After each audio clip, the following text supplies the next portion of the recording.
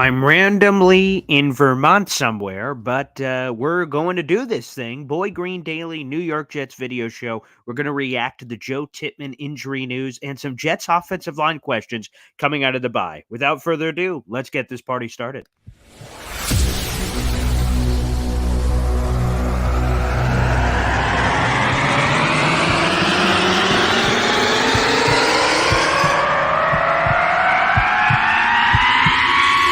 Zoinks! It is unequivocally the Super Bowl for New York Jet fans. Field Yates, baby. Field Gosh darn Yates. Let's bring him on the show. Come on, people. Connor Rogers is joining the show. What's up, Connor? But Trevor Gosh darn Sycamore, baby, for me, personally, my favorite New York Jet of all time. Wow, it's great to be on. What an intro that was right there. Paul, nobody does an intro like you, man. Paul, you give the best intro of literally any podcast that I've ever been. I'm gonna lose my gosh darn bananas.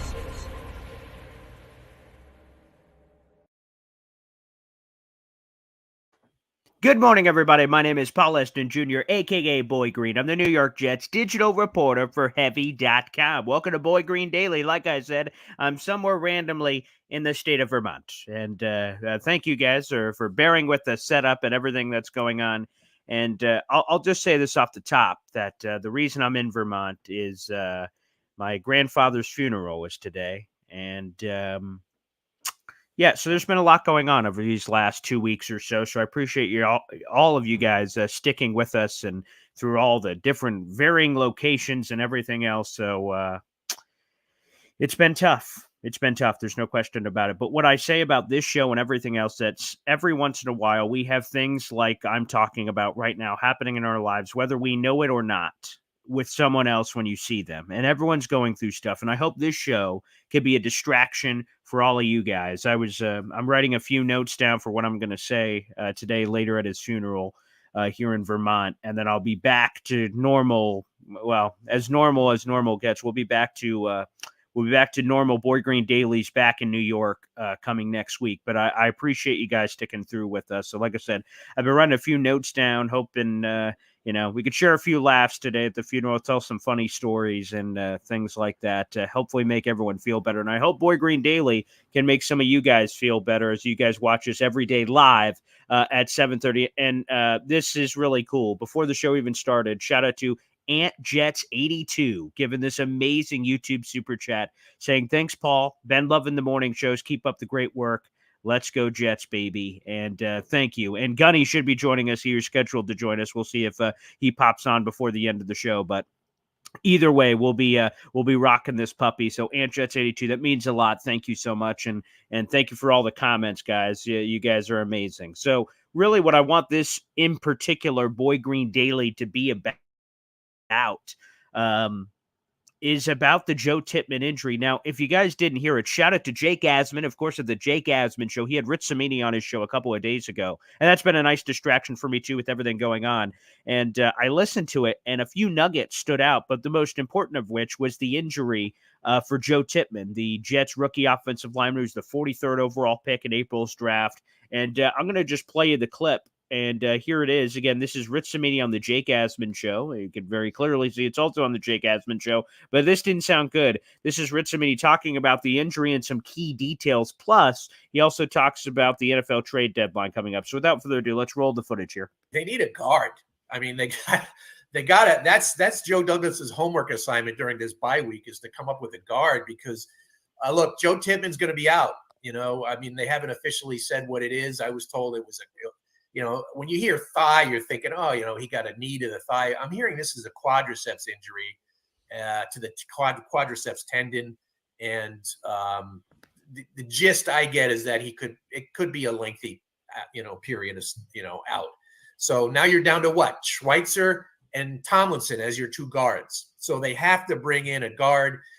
They just brought in Dennis Kelly, the tackle, but he's on the practice squad and he's basically just a tackle. So, I could see Joe Douglas trying to get a guard in. They need a guard. And that was Rich Cimini saying he could see Joe Douglas potentially getting a guard in here. Again, shout out to Jake Asman of the Jake Asman Show for that clip. Here's the thing. I kind of blame Rich Cimini. and I'm kind of joking, but kind of not, because Rich Cimini, if you guys read his Sunday morning column, he has all these notes like what he's hearing around the Jets, and one of his notes was this Sunday before the Eagles game was, man, the Jets have been really unlucky with offensive line injuries, and he basically, showed the facts that every offensive lineman that Joe Douglas has drafted since coming here has gotten injured. And almost all of them have at least had one season-ending injury, and he went through the Mekhi Bectons of the world, Elijah Vera Tucker, Cameron Clark had to medically retire, and he went through all the names of guys that have just been hurt. Hell, Carter Warren this year, he was hurt before, and then he got hurt even during, so he's extra hurt. But he said, Rich Cimini, but wait, at least Joe Tippmann's healthy. And then a few days later, Joe Tippmann gets hurt in the Eagles game. So damn you, Rich Cimini, you bastard. I kind of blame him. Not really, but sort of. But nonetheless, talk about a punch in the junk for the New York Jets, because they make the offensive line reshuffling. That happens in week 3.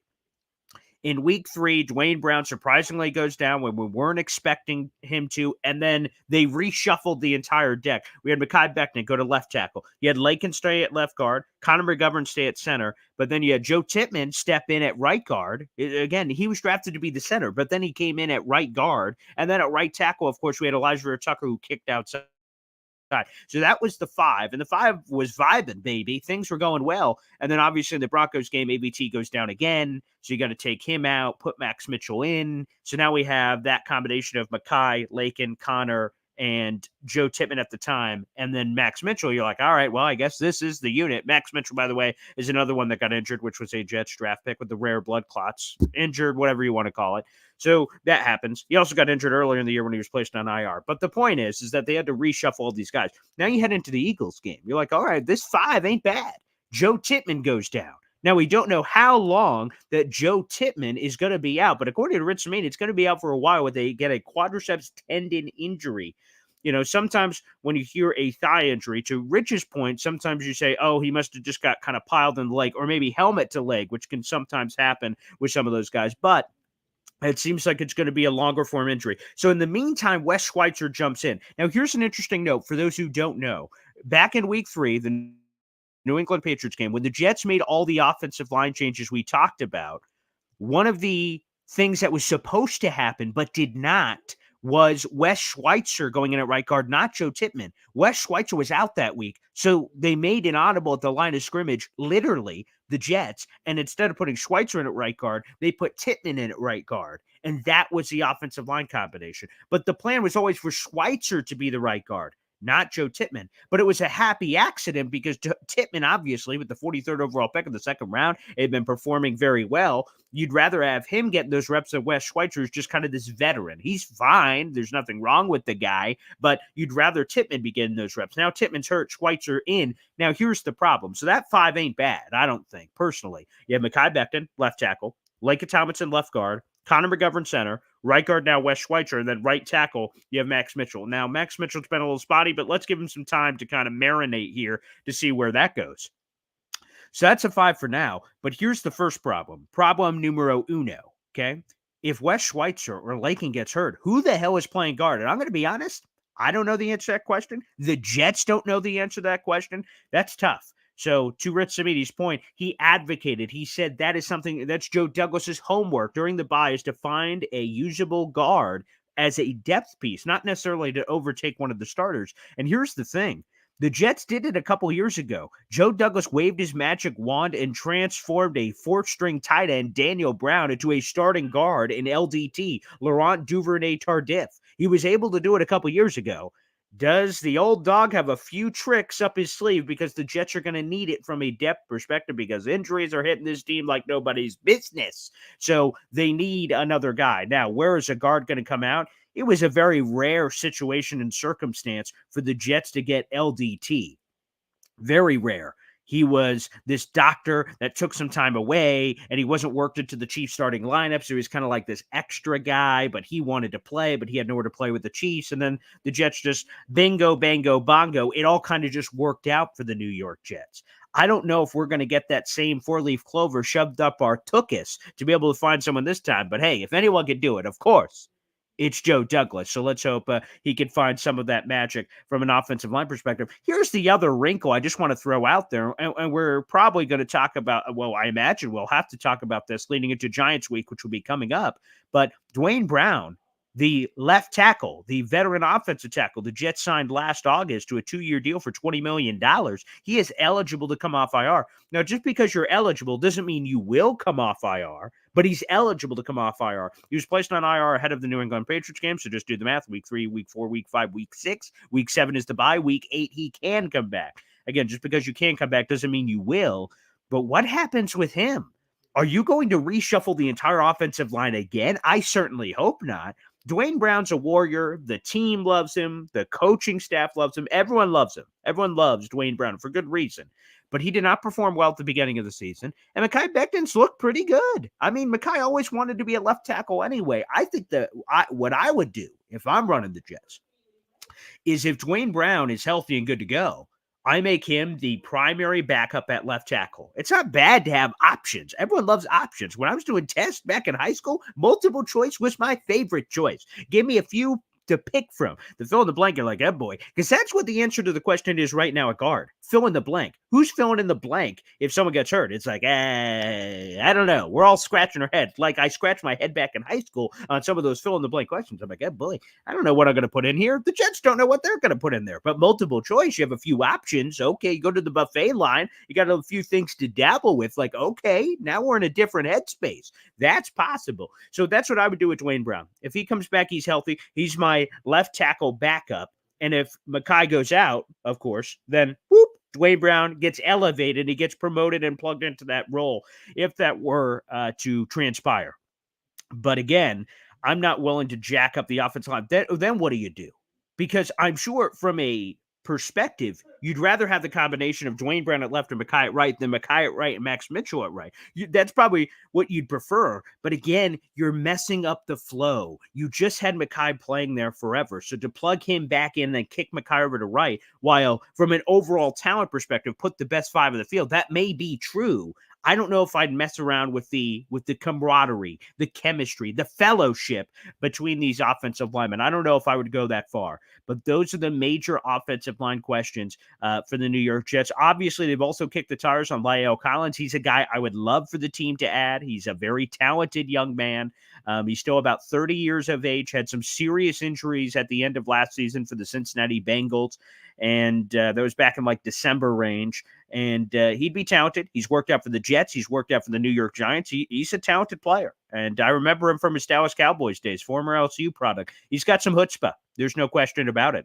And I don't know if you'd immediately plug him into the starting lineup. Probably money's going to be an issue there because I'm sure he wants the bag. But hopefully any team, in particular the Jets, could convince him to take a 1-year flyer. Hey, man, come here, rebuild your brand, and then either come back to the Jets next year or get released into free agency. That wouldn't be a bad spot for the Jets because, could get that comp pick a little bit later for bringing him in, like a wounded puppy. You're like an animal shelter, and you're like bringing in La'el Collins. Come on, you nurse him back to health. He shows you a little something, then boom, you send him out to a new family next offseason in 2024. That could be something to keep an eye out for. So offensive line may be an area to watch ahead of the NFL trade deadline, which, by the way, is coming up on October 31st. That's Halloween, but it'll come at 4 o'clock. That is the deadline, the cutoff. Now, Joe Douglas has always made a move. He's always made a move ahead of the deadline, and technically he already has with the Mecole Hardman trade back, sending him back to the Kansas City Chiefs. So if you guys would like more info on that, we had a full show on it yesterday with Jay Jets X, a.k.a. Jay. We had him on the show as well. So looking forward to that. All right, let's get through some of your questions here. Let's see. Let's see what we got here in the hopper. Good morning, everybody. Prayers up. Thank you. Sorry for your loss. All the best. Condolences. This is amazing. Thank you guys for sending this in. And I will say this real quick. He was alive on this planet for the Jets upset over the Philadelphia Eagles. And I don't know how much he was with it, with obviously everything that he was going through. And he was a Giants fan. He wasn't a Jets fan, but he's the reason I'm a Jets fan. But the thing I'll say is he was, again, as a Giants fan, he celebrated the Eagles' losses just like all those other NFC East people.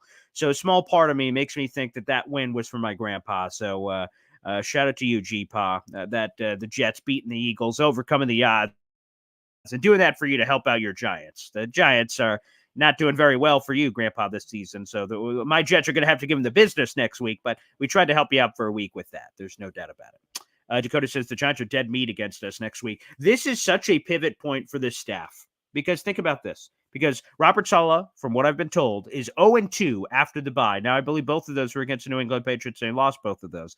But this is the true test of a team, Dakota, and thank you for bringing that up. This is the true test of a team. The Jets got the biggest win of Robert Saleh's tenure, beating the Philadelphia Eagles, undefeated, the only team to beat them this year. They were just in the Super Bowl a couple months ago. Okay? So you beat a team you weren't supposed to, according to the odds makers. Now, the Giants, I don't have the spread in front of me, but I'm sure the Jets will be favored on the road. I'm putting that in quotations for all the people who are listening on the audio-only version. On the road, the Jets are. But now, can you beat a team you're supposed to beat? Because that's going to happen a lot, where either the Jets are playing a team that is inferior to them or equal. There's a lot of those, and consider this where you will. Commanders, Falcons, Texans, Raiders, Chargers, Giants, like all those opponents I said, the Jets are all playing this year. And whether you consider them an inferior team to the Jets or somewhat equal, this is the true test. If the Jets want to make the playoffs, as Jim Morris Sr., my grandpa would say, playoffs? Playoffs? What are you talking about? Playoffs? Like, if you want to do that, you got to beat those kind of teams. Now, beating those other teams are great. The Eagles, competing with the Chiefs, that's all sexy. That's fun. That's amazing. That's awesome. But, can you beat those other teams? Because that's the stack where you could build some momentum. Robert Saleh talks about all the time, stack and win, stack and win, stack and wins. That's the difference for the New York Jets to make the playoffs. Dino Babers here in Syracuse football country is the head coach of the Syracuse football team. He has this one famous quote. What do you want to do? Do you want to be occasionally great or consistently good? Those are the difference. Occasionally great is like every once in a while you upset a team you're not supposed to, but you lose all these other games. Consistently good. Now, sometimes you'll beat an Eagles team. Sometimes you won't beat a Chiefs team. But if you're just consistent, you've got a nice floor. That's what the Jets need to discover, a floor. Because there's been some wild inconsistencies. Losing to the Patriots, their only win this season is against the Jets. That's disgusting. But then on the other side, you've beaten the Eagles. So we need to find consistency in the second half. So a big test will be how the Jets handle this Giants game. In theory, they should blow them out, especially that defensive line versus that horrible Giants offensive line. That should be a mismatch for days. But will the Jets have the wherewithal to be able to just deliver and beat the teams they're supposed to beat? We'll see. Shane, that's a great point. As we were talking about this offensive line situation, Billy Turner could become a backup guard. He has been a backup guard or guard rather. He's been a guard in his career, so that could be potential. He's been playing offensive tackle most recently, but guard could be an option. He does have that experience. Great point, Shane. He could slide in there, kick inside if that's going to be it. Johnny says, Boy Green, I nominate you to go and play right guard. What does everyone else think? Well, I am 5'2" on a slanted hill, and now I've gained a lot more weight, so I'm a little closer to an offensive lineman than I've ever been in my life, hovering around like 180, 190, 200 pounds. I'm a fat guy now, but not sure that kind of fat is going to help on the offensive line, I'm afraid. But I like the chutzpah, though. I appreciate the belief. Thank you very much. We have Drana, who's watching from the sweetest sides of Detroit, Michigan in the United States. Drana, thank you for joining us. I love your comments all the time. They're great. Becton's a beast. John Hepburn saying, I'm so sorry about your grandpa, Paul. Now that I'm a grandpa, I see the relationship from the other end. It's a very important relationship filled with love. Yeah, again, I don't know how it is for other people's grandpas or anything, but for me personally, I know that's covering up my face, John. I appreciate the comment. My relationship with my grandpa was very special. Again, he's the reason I'm a Jets fan. We connected over sports. Again, because that's the only grandpa relationship besides my other grandpa that I know. I don't know how grandpa relationships are supposed to go. There's no how-to guide on that relationship with a grandpa. I don't really know what that's supposed to look like. But the one with my grandpa was special. We were friends. We did all kinds of stuff together. So it was a very special relationship. And he was I'm very proud to have had him as my grandpa, 83 years on this planet. Braden NCL says Collins is still injured, Paul. He may still be, but according to the videos and some of his agentees talk, he wasn't, unless there's new information. Obviously, I've been a little all over the place, so I may not have seen any new thing coming out with that perspective, but we'll see. Let's see. A late zoinks. Yeah, we still get a zoink scoop. A little bit of a zoinks. Yes, sir. Let me get the final couple comments in here, and then we'll sign off. Sorry for your loss. Thank you, everybody. That's very nice. Terrace Marshall wants to trade. Yeah, we talked a little bit about this yesterday. NY Jets FL. He's potential. He's not the sexiest option. I like Cortland Sutton. Even Jerry Judy's semi-interesting. Who's the other one? Oh, yeah, Darnell Mooney from the Bears is interesting. So Terrace Marshall isn't on the top of my list, but I'd be willing to kick the tire, depending on what it is. He's probably at a contract year. I don't know all his specific contract lingo, but that could be possible. Sure. Let's see. A wee bit small. Yeah, I think you're right, Kevin. Good call. Good call. CJ Uzama playing guard or tackle? I don't think that's going to happen, but I appreciate the creativity. Ruh-roh Raggy. Yeah, there we go. Let's get all the Scoob stuff in. And John says, if Dwayne Brown comes back, he has to go to right tackle. Well, he's never played right tackle in his life, or at least in his professional life, so that will be TBD.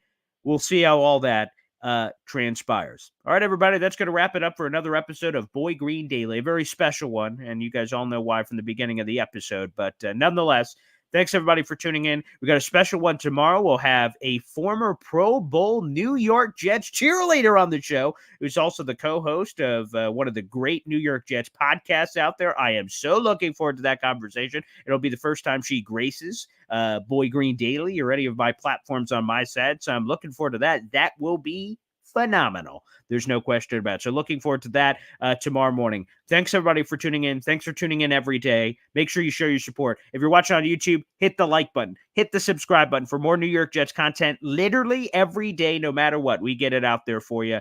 That's what we bring to the table, everybody. Again, it's also available in the audio-only version wherever you find your podcast by simply searching for Boy Green Daily. Thanks, everybody, for tuning in. Continue to enjoy this bye week, and we'll have a brand new episode tomorrow morning live at 7:30.